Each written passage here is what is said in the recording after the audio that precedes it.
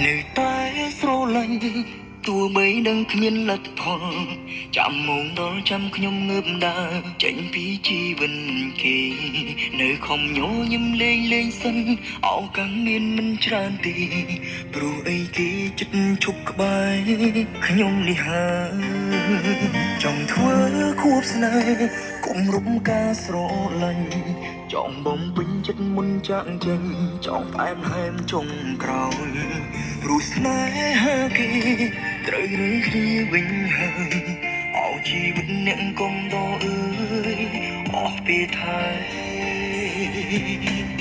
ជាស្នេហាទ្រពសោចបែកជាទឹកភ្នែកគូសោស្រ័យ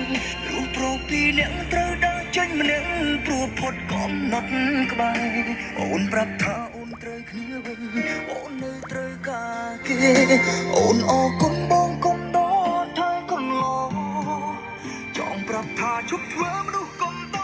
អូនមួយពេលទៀតហើយតែចង់ធ្វើមនុស្សដែលថាត្រានត្រៃរហូតដល់ដៃបង